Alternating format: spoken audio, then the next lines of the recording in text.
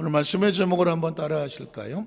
갈라디아 교회를 향한 칭찬과 책망.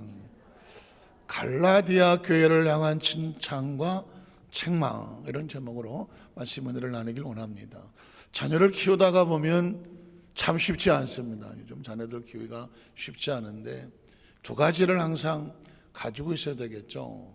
칭찬을 잊지 않아야 된다고 말하죠. 왜냐하면 어려서부터 칭찬을 한마디도 듣지 못하고 맨날 꾸중과 책망만 듣고 살면 어디 가서 자존감도 없고 자기 존재에 대한 이 정체성도 잃어버려서 난 아무짝에 쓸모없고 맨날 꾸중만 듣고 난 안 되나 봐, 맨날 자기 자신에 대한 아픔과 상처로 살아갑니다. 나는 이때까지 살아가면서 한 번도 칭찬을 들어본 적이 없다. 아무도 없어요? 손 드셨구나. 제가 칭찬해 드릴게요. 아따, 오늘 머리 헤어스타일이 겁나 이쁩니다. 아이, 칭찬. 살짝 꼬부라진 게 겁나 오드리 헵번 같아요. 여러분, 칭찬이라는 건 굉장히 중요하죠. 여러분 뻔한 이야기 같지만 예전에 칭찬을 하면 모두 춤춘다. 고래도 춤춘다. 미국의 LA 쪽에 가면 유명한 시월드라고 있는데 고래 쇼하고 거든요. 저도 한번 가봤는데 눈앞에서 이따만한 고래들이 난리를 치는 건데 물도 튀고 그래서 비닐로 뒤집어 씌고 이러고 또 재밌다고 봐요. 근데 거기 조련사를 하던 사람이 이 돌고래를 조련하다가 보니까 좀 못한다고 좀 뭐라 그랬더니 저쪽에 삐져갖고 눈깔이 얼마나 큽니까? 말을 안 듣더라는 거죠.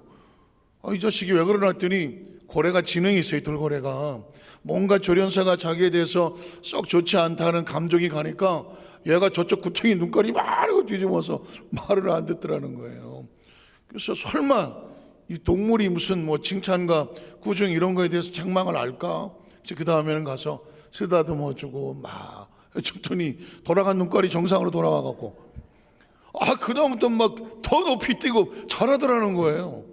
그래서 얘네들이 이 칭찬의 느낌을 아는가 보다. 그래서 또 칭찬을 해주고 했더니 그때부터 신나서 더 난리더래.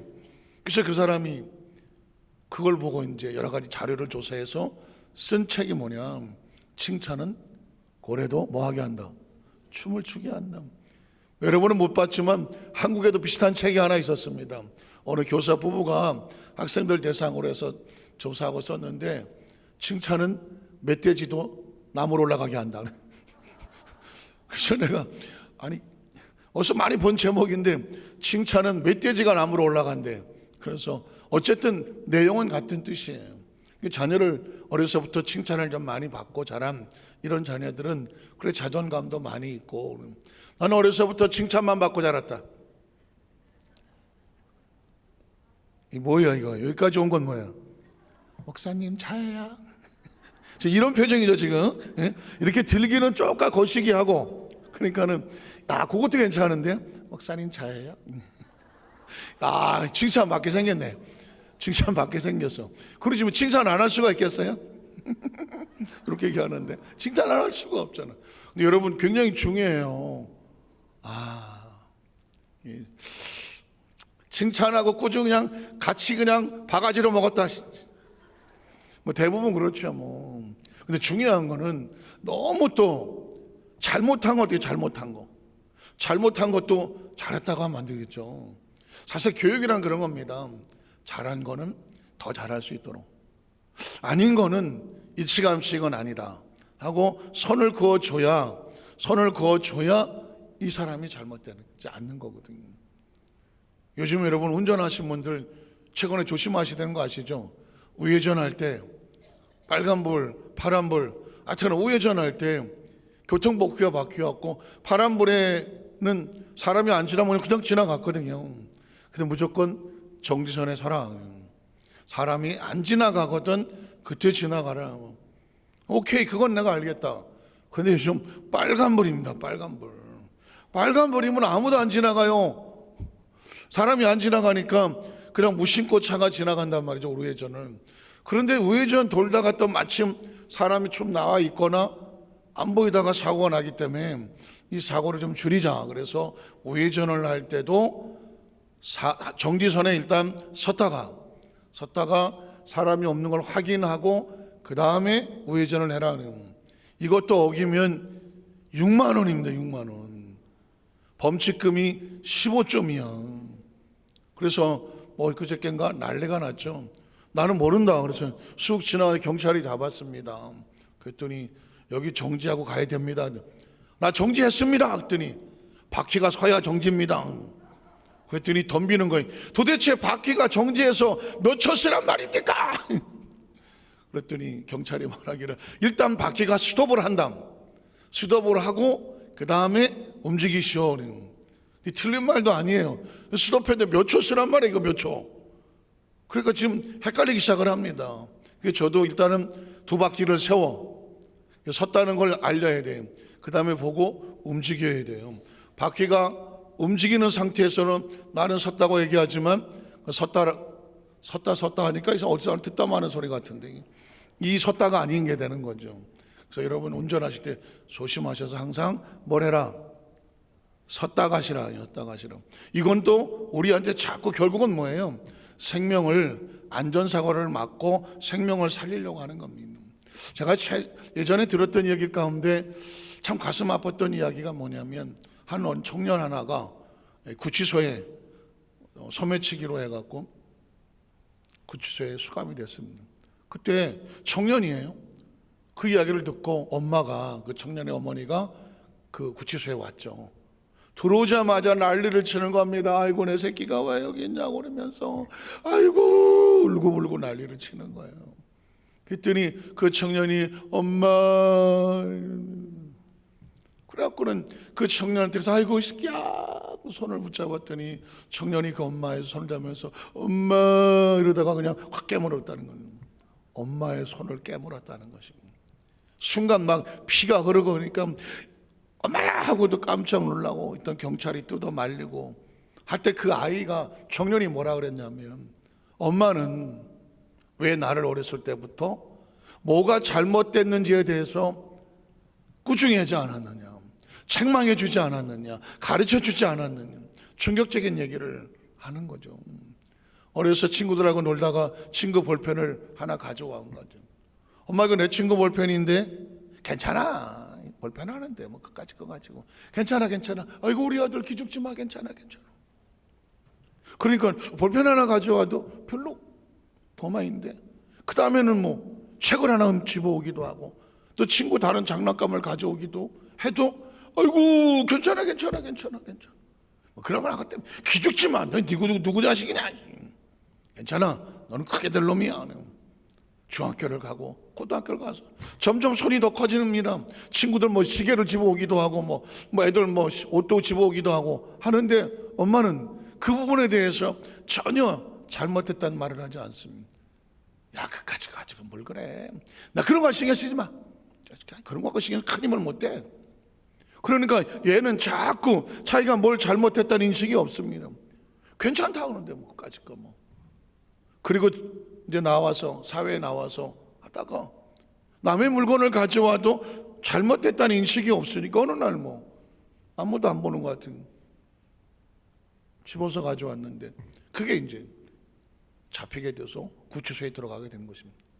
그때 비로소 그 오랜 기간 동안에 왜 나는 남의 물건을 가지고 왔을 때 그게 잘못했다고 누구 하나 나한테, 그것도 심지어 나를 가장 사랑한다고 가르치는 엄마는 이 얘기를 하지 않고 괜찮다고 했을까? 그 아이는 거기 있으면서 그 엄마를 보면서 그 손을 깨물었던 이유가 딱 이 손으로 나를 한 대만 때려주지, 그거 아니라고.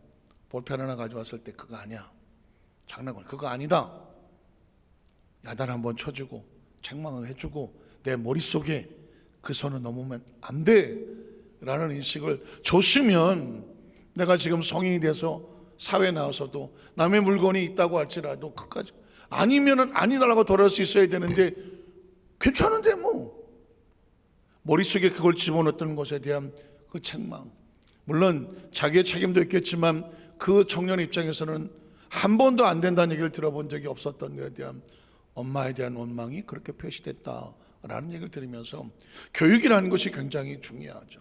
사실은 신앙이란 뭘까요? 하나님이 우리를 교육시키는 거 아니겠습니까? 교육입니다.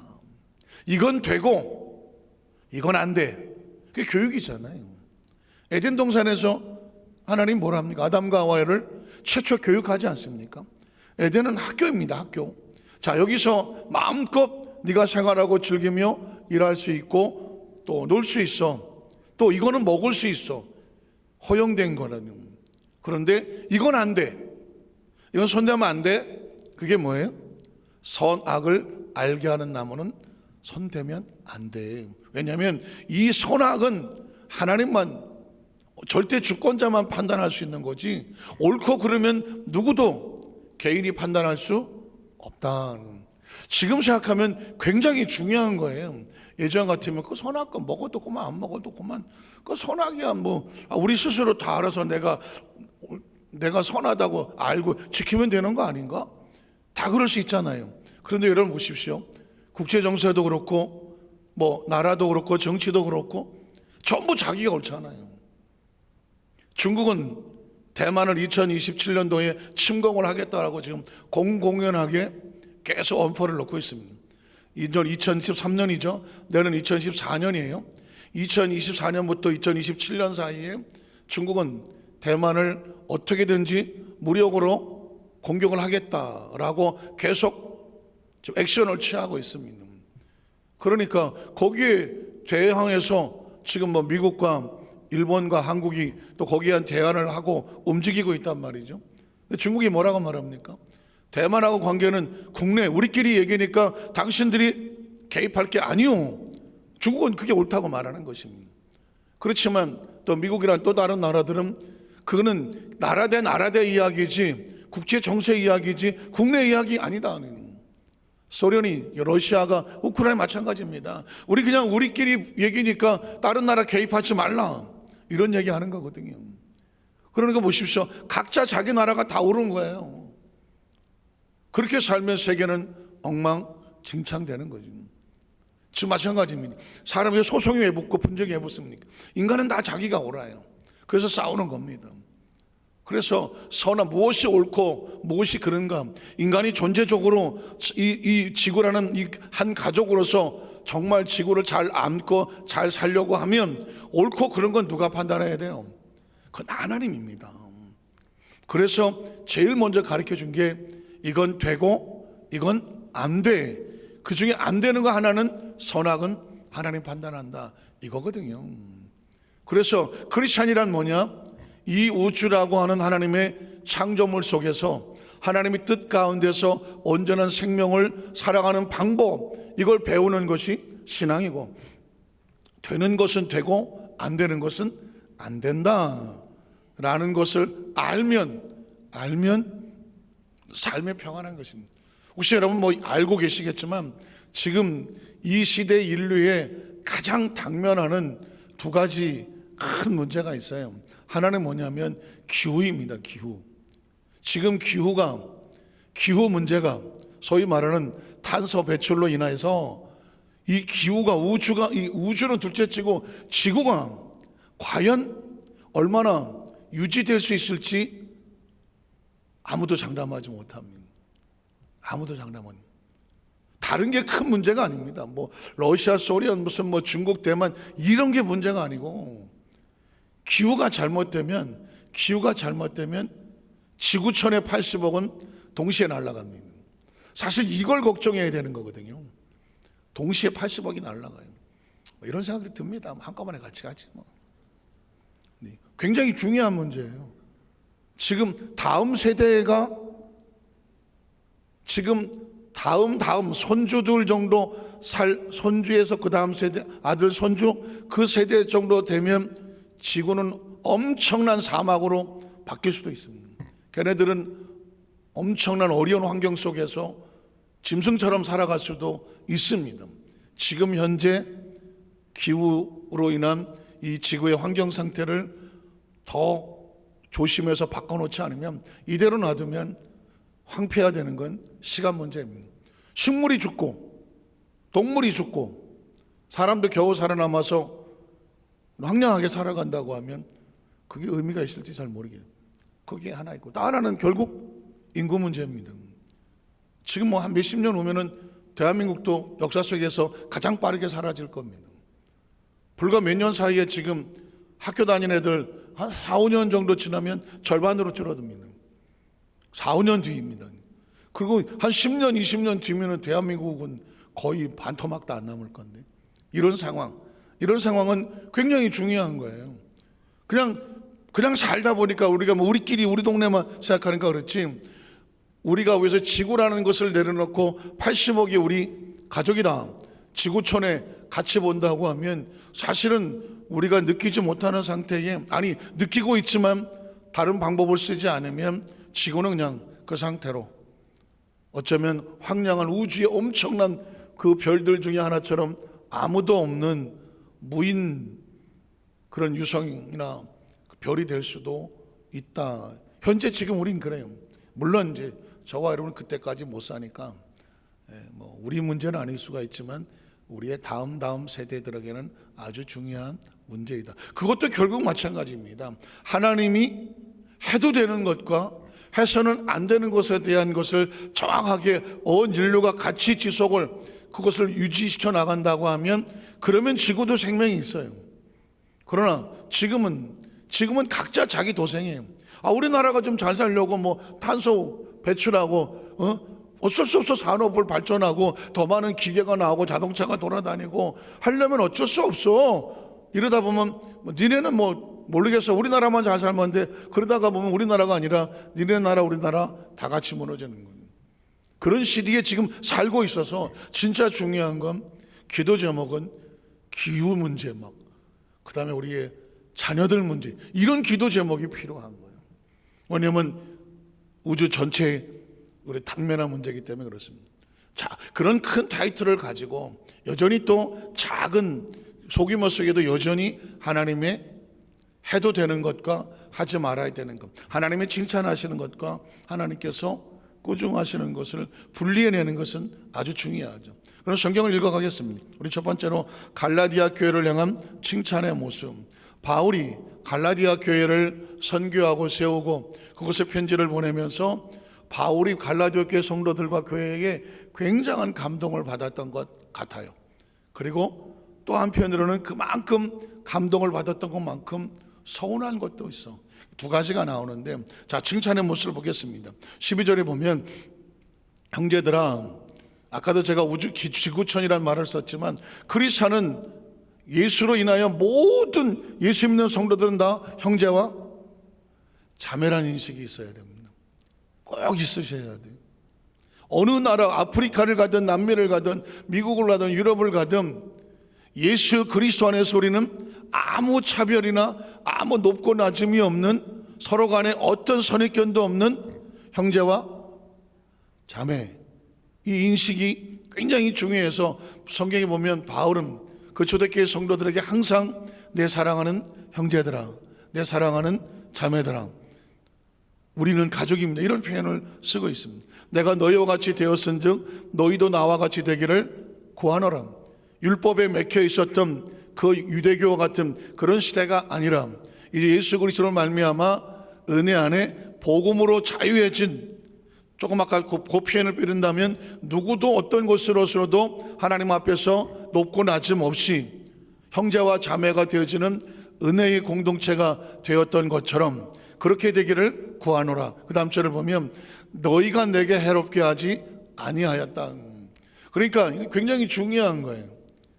갈라디아 교회의 성도들이 이제까지는 바울에게 상처와 아픔과 해로움을 준 적이 없었다는 것입니다. 굉장한 겁니다. 저도 이제 목회를 한 35년 정도 했어요. 5년 정도 하고 6년 차를 지나가는데 어느 날 문득 제가 지난 목회 생활을 돌이켜보면 두 가지가 남아요. 하나는 뭐냐면 여기까지 오면서 얼마나 많은 부족함이 있었고 모자람이 있었을 텐데 그때마다 그 가운데서도 기도해주고 음으로 양으로 부족한데도 감싸주고 세워주고 도와주셨던, 하루아침에 나무가 자라지 않잖아요.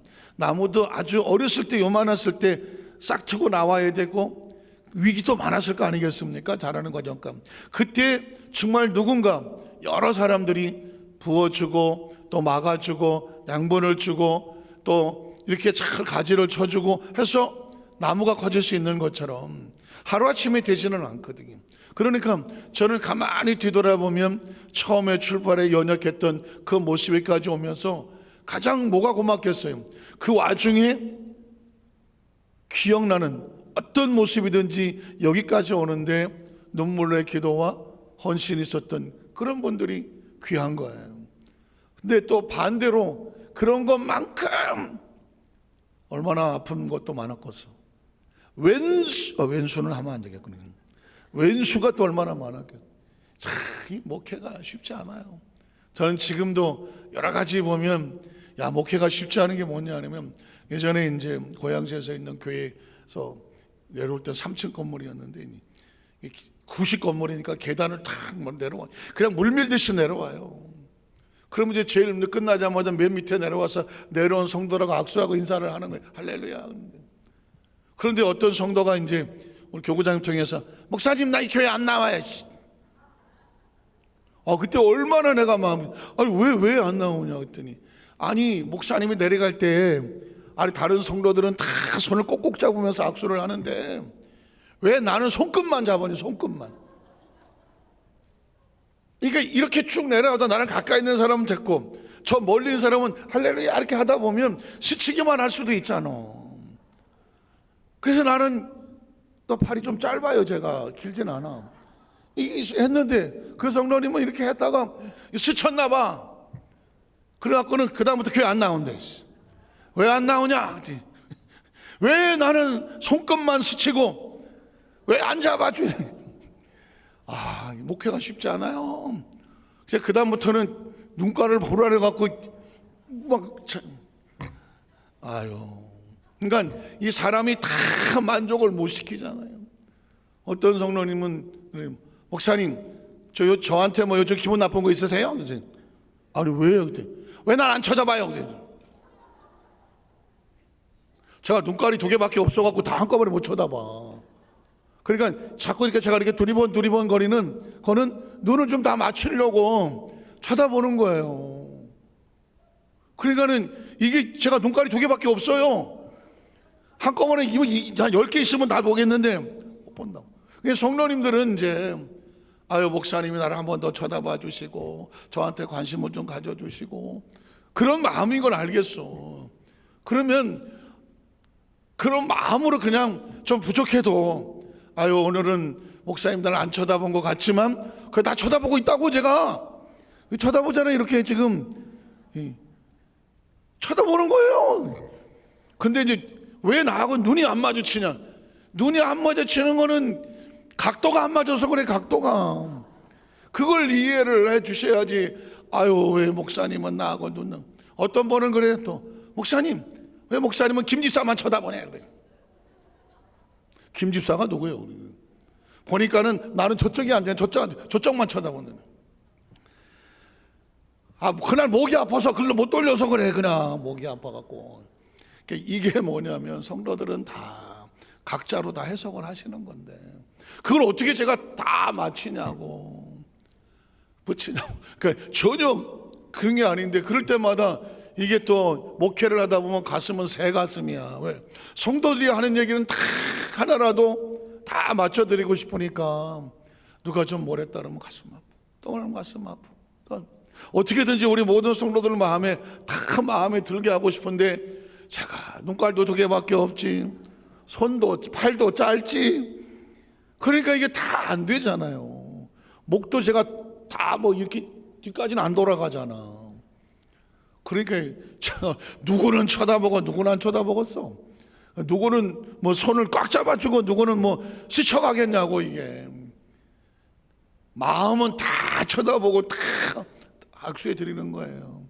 그런데 이제 제가 힘든 거는 그런 거죠. 제가 부족하고 모자라서 이제 그럴 수도 있잖아요. 설교도 얼마나 조심스러운지 몰라요. 예를 들어서 오늘 보니까 뉴스에 그 미역이 뭐 건져내는데 그게 약간 뭐 양식하는 과정 속에서 뭐가 좀 잘못된 성분이 들어가고 그런 걸 보면서 야, 이것도 잘 먹어야 되겠구나. 그래서 제가 설교 예화 중에 요즘 엊그제 뉴스에 보니까 미역 같은 것도 잘해서 우리가 분리해서 먹어야 될 것 같습니다. 뭐 잘 구별하자 뭐 그런 뜻이었어요. 다음에 전화가 와서 목사님 우리 집이 미역 장사하는 거 몰라요. 우리 미역 장사해요. 거기서 목사님이 그렇게 설교하시면 우리 미역 안 팔린단 말이에요. 이 미역 장사를 또 하셨구나. 그래서 이게 이제 이렇게 되면은 미역 얘기도 못하고 김 얘기도 못하고 이게 보통 신경 쓰이는 게 아니에요. 물론 이제 그러면서 제가 또 배우기도 하고 또 많은 것들을 좀 이렇게 이런 부분에 대해서는 또 조금 더 배려해서 해야 되는구나 하긴 하겠지만 하여튼 간에 부족한 게 많아요. 정이 많다. 그거를 다 끌어안고 사실은 이제 여기까지 오는 거죠. 근데 바울이 그런 얘기를 합니다. 내가 갈라디아 교회를 세우고 오면서 갈라디아 교회의 성도들이 나에게 해롭게 하지 않았다는 이야기를 뒤집어 말하면 내가 상처받지 않았다는. 사실은 목회자의 심정은 쓰레기통입니다. 쓰레기통이란 뭐냐? 다 담아서 그거를 이 안에서 다 불로 태워서 나갈 때는 제로 나가야 됩니다. 어떤 분이 그러죠. 목사님하고 상담하면 목사님이 또 내게 어디 가서 절대 안 합니다. 안 합니다. 왜냐하면 훈련이 철저하거든. 성도들한테 얘기 들은 얘기는 다 들어와서 여기서 뭐 한다? 기도와 성령으로 다 태워서 흔적이 없이 하고 눈물로 기도하는 것뿐이죠. 자, 그래서 오늘 이 갈라디아 교회를 향해서 바울은 상처받지 않았. 저는 이 구절을 보면서 참 이 갈라디아 교회 성도들이 얼마나 은혜로운 성도들인가. 그래서 그 다음 절을 보면 내가 처음에 육체의 약함으로 말미암아 너희에게 복음을 전하는 것을 너희가 아는 바라. 바울은요 육체의 컴플렉스가 있었습니다. 몇 가지 컴플렉스가 있는데 바울을 직접 만나지 않아서 그게 어느 정도 사실성이 있는지는 잘 모르겠지만 일단 바울은 아주 심각한 탈모의 증세를 앓고 있었습니다. 이게 제가 오랜 목회를 하다 보니까 생긴 노하우의 표현이에요. 예를 들면 바울은 대머리였습니다. 이러면 또 목사님 우리 남편 대머리가 몰라요. 또 이럴까 봐 제가 그렇게 말은 못하고 심각한 탈모 증세를 앓고 있었습니다. 무슨 얘기인지 아시겠습니까? 그러니까 외모에 대한 컴플렉스가 있어요.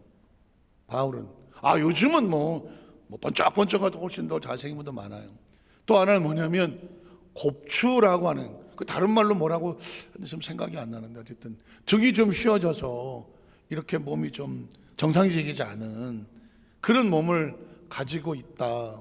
또 하나는 성경에 나오지만 심한 안질병으로 고생을 많이 한 풍토병일 수도 있고 그 선교 사역을 다니다 보니까 자기 몸을 잘 돌보지 못하다가 보니까 생겨진 어떤 위생상의 문제일 수도 있습니다. 어쨌든 바울은 처음에 딱 보니 머리도 탈모가 심하시고 등도 좀 굽으시고 눈에 안질이 심해서 잘 보지도 못하시고 그러니까 그런 사람이 하고 앉아 있으니까 사람은 자꾸 외모를 보려고 하잖아요.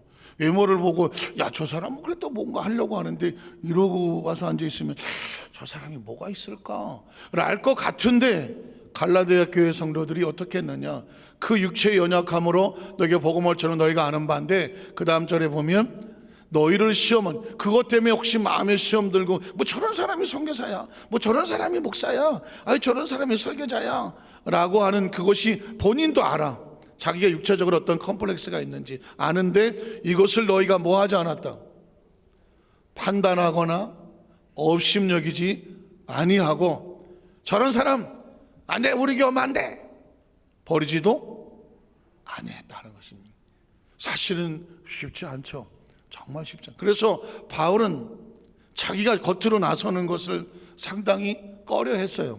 왜냐하면 혹시라도 나의 외모를 보고 내가 전하는 복음을 전하는 것이 사람들의 마음속에 혹시라도 복음이 훼손이 되고 무시를 당하고 또 복음이 다른 사람 마음 전하는데 혹시 방해가 될까 봐 자기 자신을 드러내는 것을 조심스러워했어요. 그러나 선교지 교회를 1차, 2차, 3차 다니면서 여행을 선교 방문을 하려고 하면 직접 갈 수밖에 없으니까 갈 때마다 처분은 누구한테 바라는 거예요. 그 성도들이 나를 받아주느냐 안 받아주느냐 그거에 달린. 당신같이 외모가 별로 이렇게 탐탁하지 않은 사람은 내가 만나고 싶지 않소. 그럼 할 수 없는 거예요. 태생이 그런 거 어떻게 하겠어. 자, 그래서 그런데 갈라디아 교회 사람들은 버리지도 아니하고 오직 나를 오히려 하나님의 무엇과 같이 천사와 같이 또는 그리스도 예수와 같이 뭘 했어요? 영접을 합니다. 그러니까 바울의 외모를 본 것이 아니라 바울 속에서 나오는 그리스도의 복음을 보는 거죠.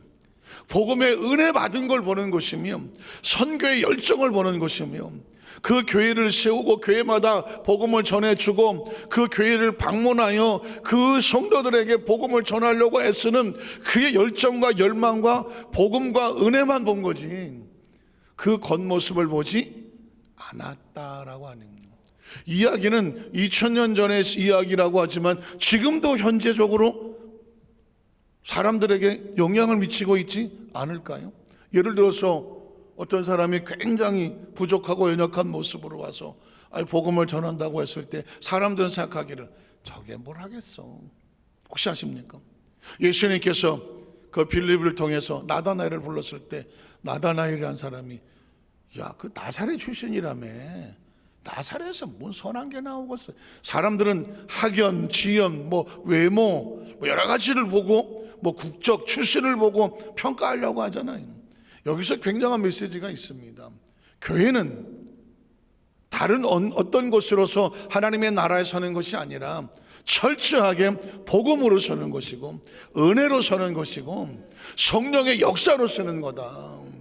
어떤 사람을 대할 때도 마찬가지입니다. 어떤 사람을 대할 때도 우리는 크리스찬들은 오직 복음과 은혜 그리고 성령의 운행하심으로 피차에 서로를 그렇게 예우하고 혹시 내가 내 자신을 준비를 한다고 하면 물론 외모를 깨끗하게 하고 단절하게 하고 당연히 중요합니다.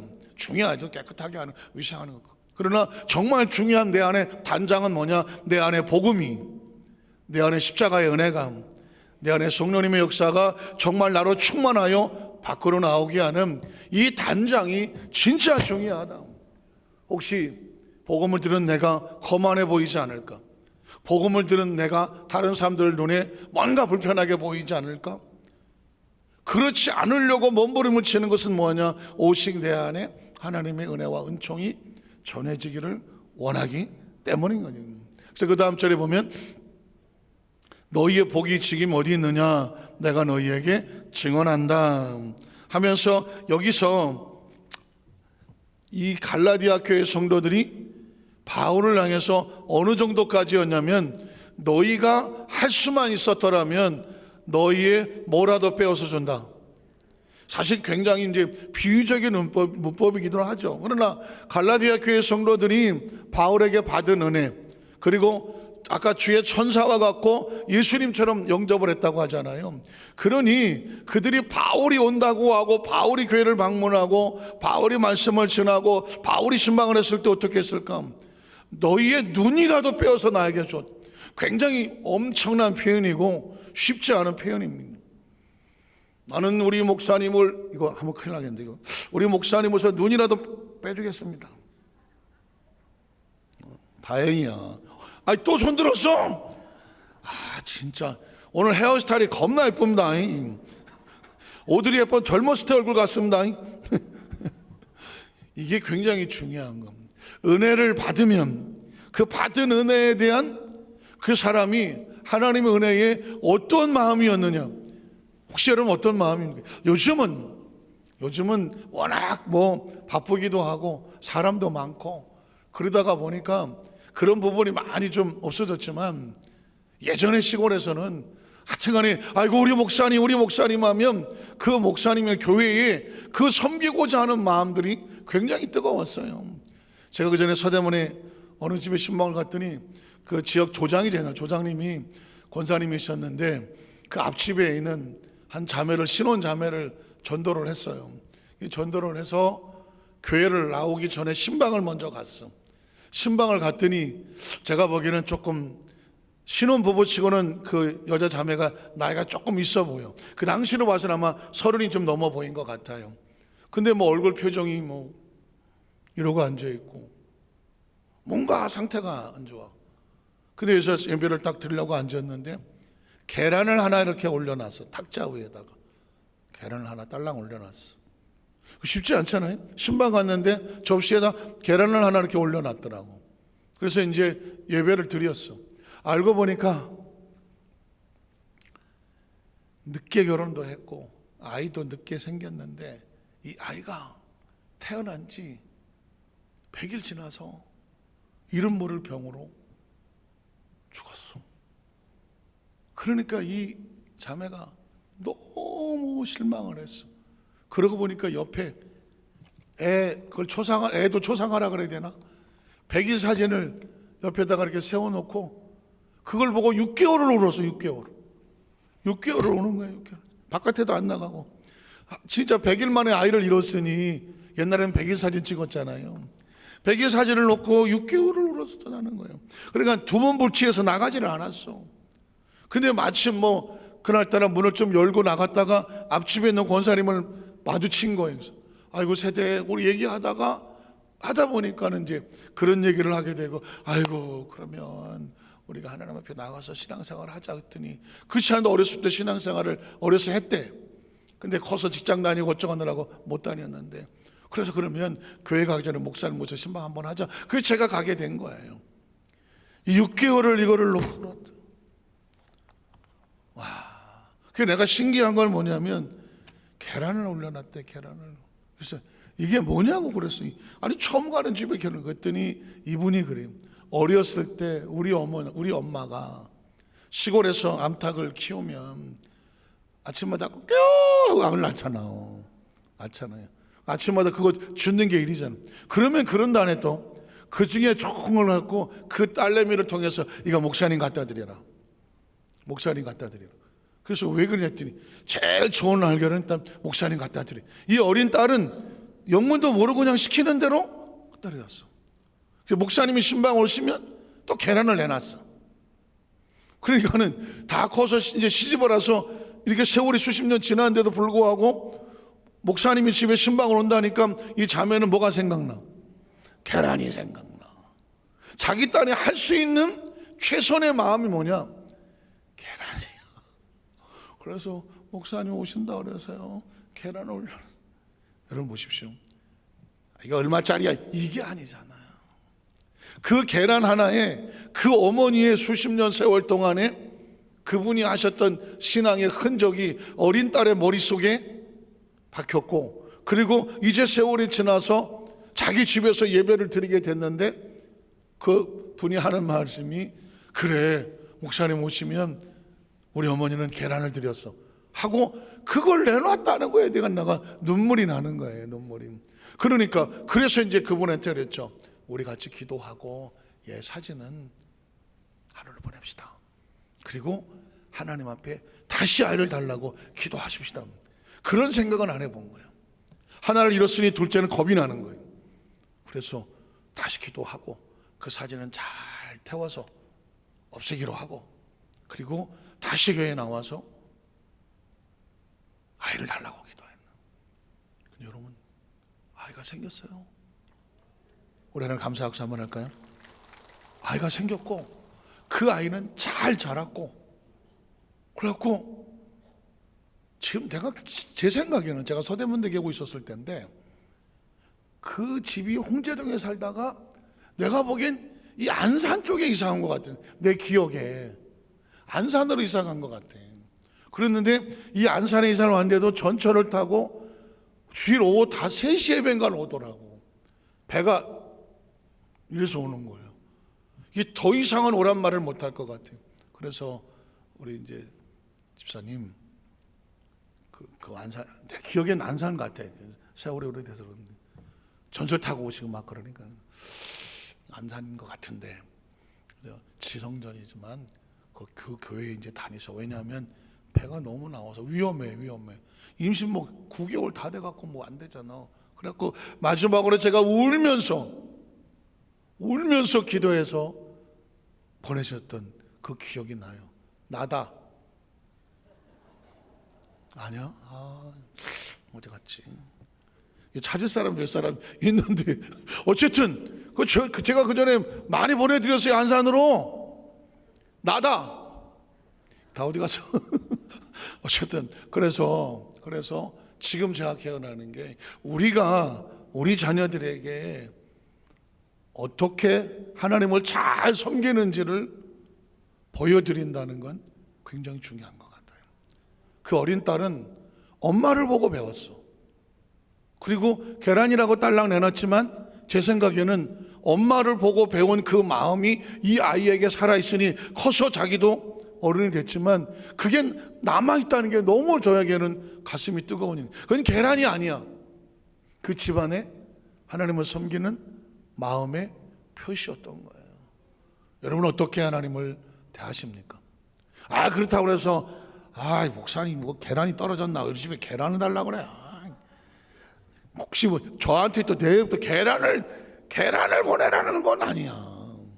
중요한 건 하나님 안에서 교회를 내가 어떻게 섬기고, 그리고 성도 간에 어떻게 피차에 대우하며, 그리고 하나님을 어떻게 섬기는지를 우리의 자녀들에게 잘 보여주세요.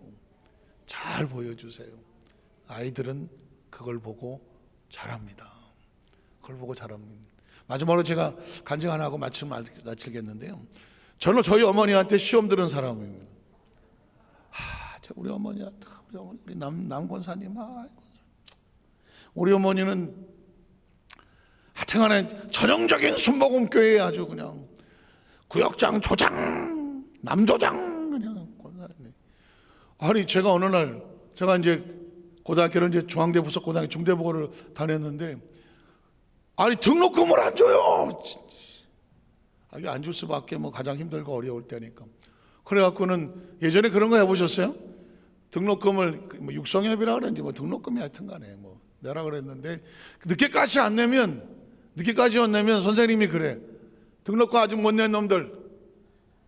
그럼 딱 보면 멤버가 있어. 한 10명. 우리끼리는 알아. 10명 손도로. 그러면 끝나고 어디로 와? 교무실로 와. 그래. 그러면 그냥 처음에는 교무실 가는 게 좀 뭐 거시기 했는데 나중에 몇 번 다니다가 보니까 우리 10명이 야 가자야. 10명 가. 그걸 뭐라 그래? 무릎 꿇고 앉아있어. 그러면 처음엔 무릎 꿇는 것도 더럽게 치사하더만 몇 번 꿇으니까 꼴차야. 우리 10명이나 꿇고 앉아있는.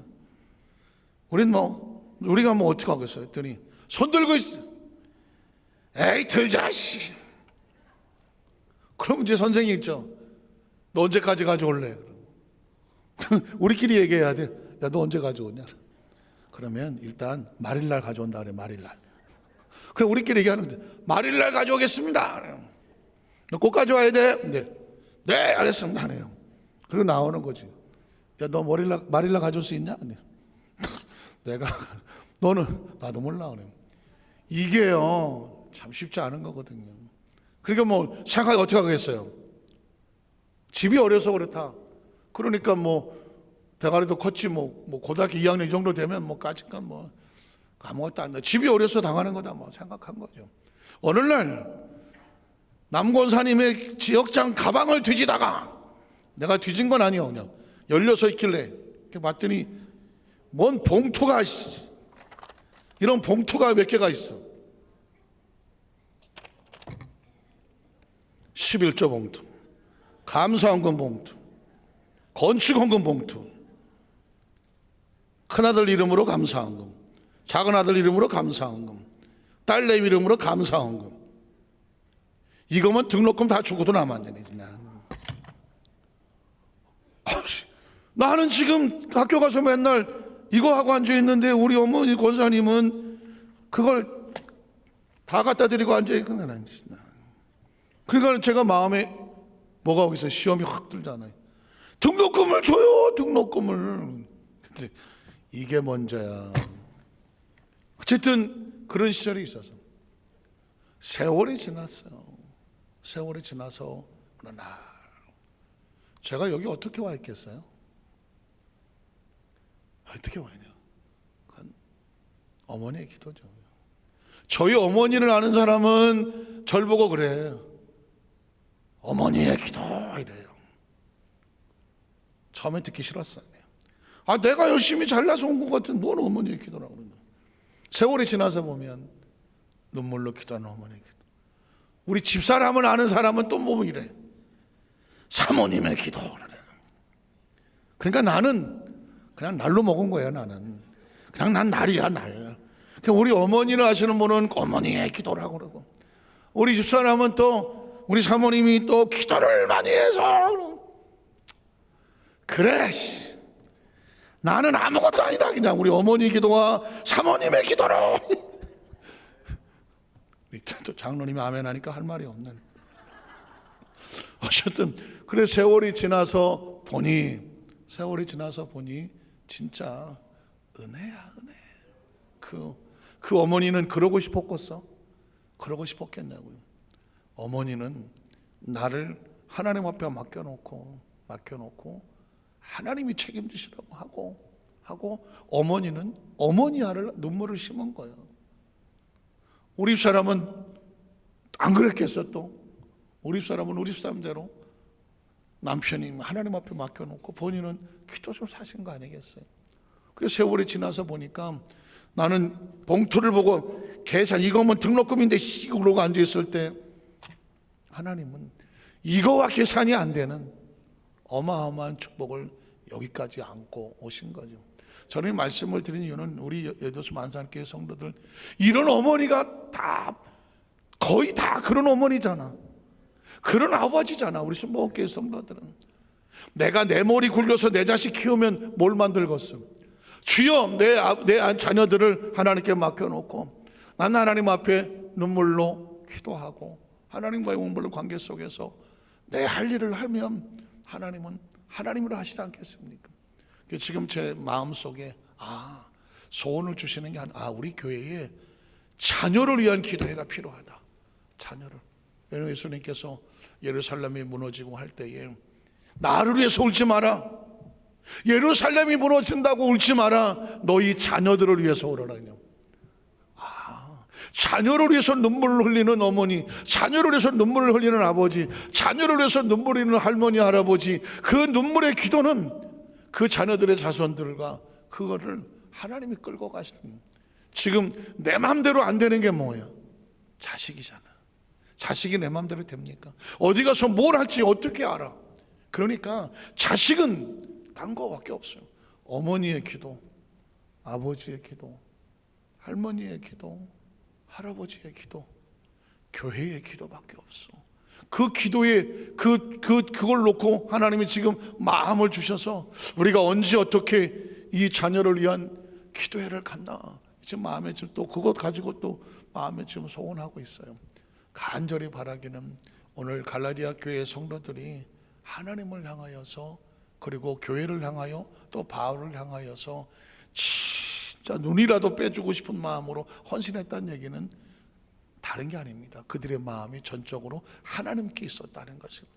저는 우리 여도수 만살교회 모든 성도들의 마음이 하나님께 있고 그 마음을 자녀들이 보고 그 자녀들에게도 그 마음이 이어져가는 식지 않는 믿음의 주인공 되시기를 주님의 이름으로 축원합니다. 기도하겠습니다. 하나님 아버지 감사합니다.